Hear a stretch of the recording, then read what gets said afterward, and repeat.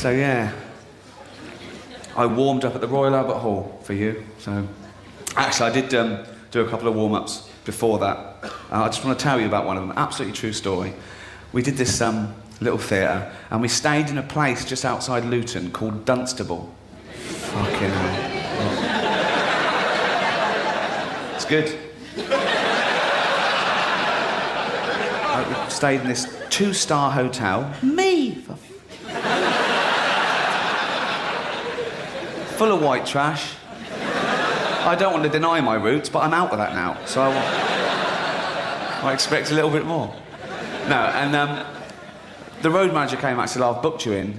Just go straight in, just go straight through the bar, and your room's at the end of the corridor. Just hide out there, no one will bother you, and I'll pick you up at 9 o'clock tomorrow morning. You'll be all right. I went, oh, God. He went, oh, I must warn you, there's a wedding on. Oh, for And honestly, I walked in, it was loud, packed with people, bloke in a suit, could have been the groom, I don't care. I walked in and he went, Brent! Oh, for fuck's sake. What's the best he thought could happen with that? What was he hoping for? That I'd hear him shout that and I'd turn around and go, who said that then? That is brilliant. Was it you? Yeah, it was me. What? Brent, you little sausage. What were you just shouting it like? You just think of that after just shouting out, that's brilliant. Just, oh, God. I was going to bed, but do you want to be mates?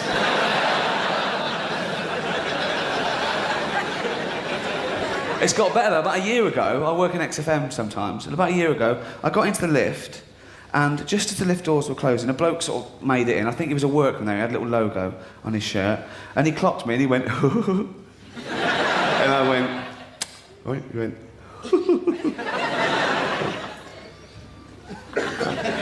and then he went, where's Monkey?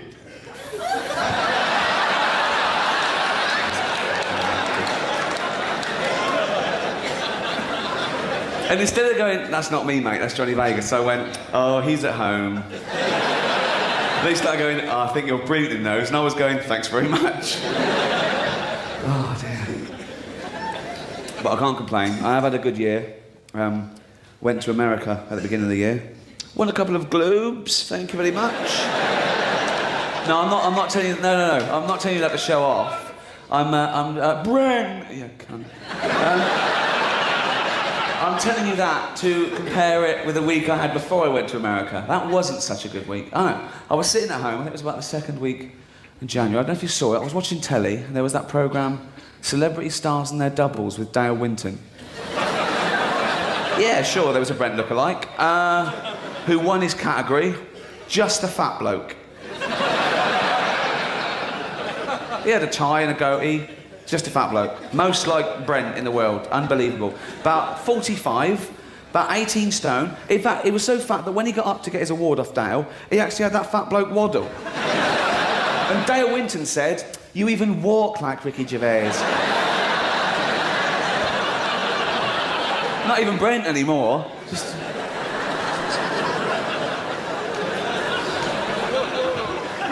Just a fat bloke he was, though. I couldn't believe it.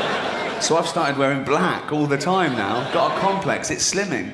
It works. Pavarotti always wears black, doesn't he? And no, you see him in Pastel and he's a chunky little fucker. So welcome to my new show. A bit worried about what to charge. I thought 25 quid's a lot of money. And I looked at other TV comedians that were charging less than me, and I thought, fuck it, you get what you pay for. Some people charge 25. Jim Davison, live at the 25. Strictly no spastics. Except for Jim, they put him off. It's a word you don't hear very often, isn't it? Spastic. Again, in the 70s, all the rage. No, but they changed their name. The society. Individuals, they weren't... Well, you know what, I'm going to christen it. No. It was called the Spastic Society, and that was a normal word. And they changed their name to Scope. And they changed the name to Scope because spastic had started being used as a derogatory term, particularly in playgrounds. Like, bullies would pick on little disabled kids, and they say, oi, spastics. They changed it to scope, and now that doesn't happen. It can't, does it? 'Cause, I mean, what would happen now if a bully picked on a little fella in a wheelchair, went, oi, spastic? Little fella in a wheelchair would just go, I think you'll find his scope.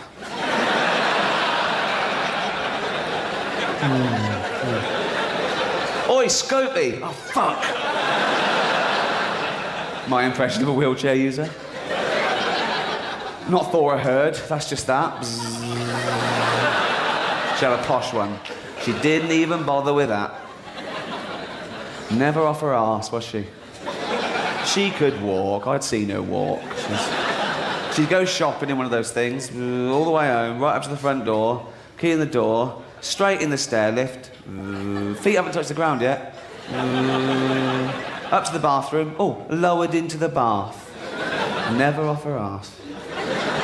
Give her an award, she's up there like a fucking greyhound.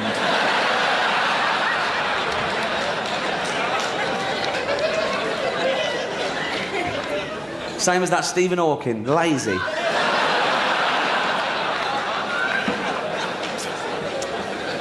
Most intelligent man on the planet, and I'm having a go. Brilliant. Most intelligent man on the planet, but not such a good judge of character. Happily married. Kids. Nurse.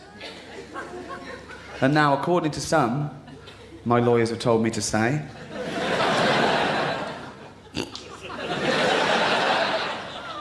she leaves him out in the sun, she smacks him round the head for a laugh.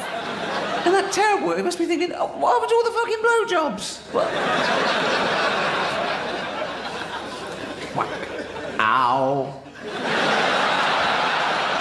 Spell the whole word. Ouch. But there's no evidence. The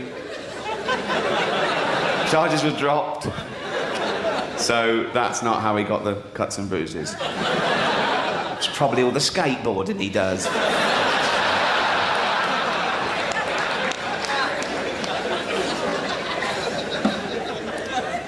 So, why politics?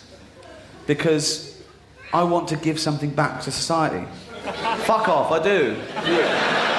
You don't know.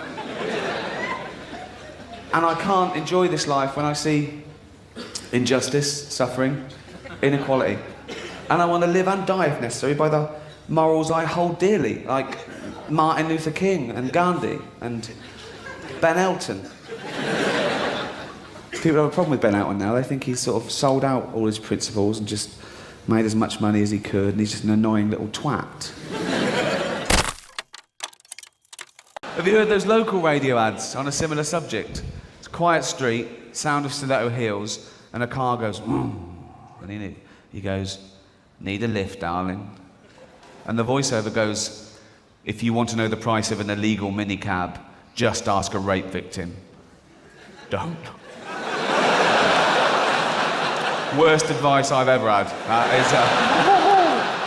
No, it really winds them up because it brings back terrible memories. So I don't want you to make the same mistake I did. I just burst into an incident room and went, how much to Hounslow? And she went, whoo! So it's really irresponsible advertising. Like that one, hit me at 30 miles an hour and there's an 80% chance I'll live. Encouraging gambling. I like those odds, but don't. It's... Socrates said that fame is the perfume of heroic deeds. Fame is the perfume of heroic deeds. Well, it probably was back then. There was no Heat magazine and Big Brother. You actually had to do something to become famous. You were a great scholar or a leader of men. And all the way through history, that was the case. 500 years ago, the most famous man on the planet was Leonardo da Vinci because of all the great things he did. He was a painter. He was an inventor. Oh, go on, mate. Sorry. I can't do one-on-one. It's a big place. In a much smaller room, I'd still ignore you, cunt. Shush.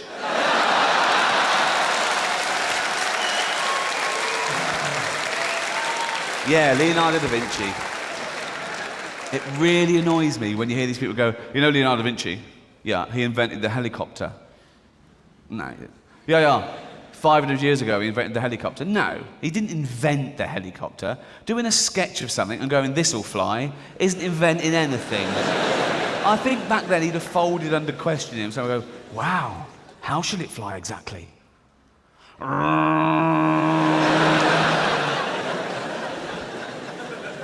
Sir Isaac Newton, most famous man in his day because of all the great things he did. The laws of motion, discoverer of gravity. I was talking to Carl Pilkington. He's a different sort of genius though. And we got onto science and stuff, and he was going, who's the best, who's this and that, and I said, well, I suppose Isaac Newton's generally considered the father of modern physics, and he went, what was so good about him? I went, wow, he did the laws of motion. I went, he discovered gravity. Carl went, what? I went, he discovered gravity. Carl went, it wasn't a problem. I went, what? He went, we weren't all floating about, were we? I went, no, listen. No, the story goes, Isaac Newton was sitting under a tree one day, and an apple hit him on the head, and Carl went, why wasn't he at work? On the subject of fame, right? Did you see Celebrity Love Island last year when Bianca Gascoigne said her all-time hero was Callum Best? And we were talking about this the next day with Carl and my other friend Glyn, and Glyn went, Callum Best? But he's only famous because of who his dad was. And Carl went, yeah, but you could say the same about Jesus.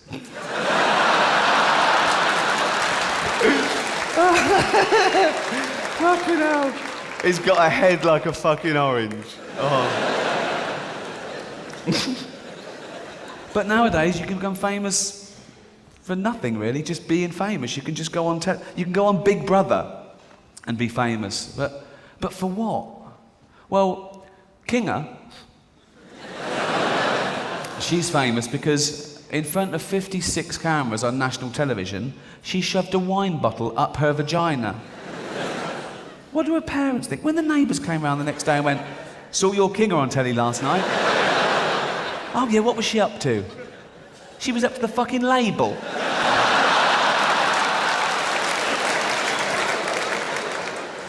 Nadia, first transsexual winner.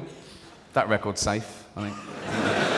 She went there for slightly different reasons. Hers wasn't fame, per se. Hers was affirmation, really. She wanted to prove something to herself and the rest of the world, and she didn't tell the other housemates she was born a man. She wanted to see if they believed she was a real woman, and they did, to be fair. I remember the blokes talking up behind her back one night, and they were going, that Nadia's a ugly woman. They spotted the jaw and the big hands. Do you know what I mean? It's always the giveaway, isn't it? You can have everything done. You can have all the plumbing done, electrolysis, paint your nails, and do all hair, makeup, lovely dress, shopping in Tesco's, whole loaves of bread. Hello. Hello. No. You've done the difficult bit.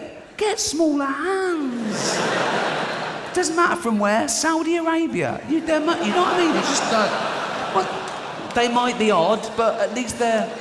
Or maybe you can get one and wait for that same person to re-offend. Leave your wallet lying around the town square. Got it. Yeah. They still go with a hook out there, don't they? There must be something better than the hook in this day and age. Unless you're escaping from one old ship to another, there must be something better than the hook. You lose your hand, right? You go, what, have a hook? Carry shopping, that's it. I feel sorry for Captain Hook, because he shouldn't be defined by his disability, should he? I'm assuming his surname wasn't Hook. If your surname was Hook and you lost a hand, you'd go anything but a hook. It's too obvious. Yeah, they went, we're calling Captain Hook. It's an insult, isn't it? It's like calling Stephen Hawking's Dr. Chair. I think of the first sex change operation. Never been thought of, never been conceived of. You are what, that's it. And yet someone, one day, sitting there and went, I want to change. He went to the doctor and went, Doc, yeah, got an idea. Come on, lose them, will you? Chop them off, pop on a fanny. lose them, pop on a funny, couple of tits won't hurt, what's the matter? What do you think? And the doctor went, all right. And you have to live as a woman for a year. You can't just go and have it done willy-nilly. You know, you have to think about it, and you come back after a year and go, I'm sure, I want it. I want the change. You're going to make me into a woman? Yeah. Breasts? Yeah. Real breasts? Well, you won't have be able to breastfeed. Vagina? Yeah.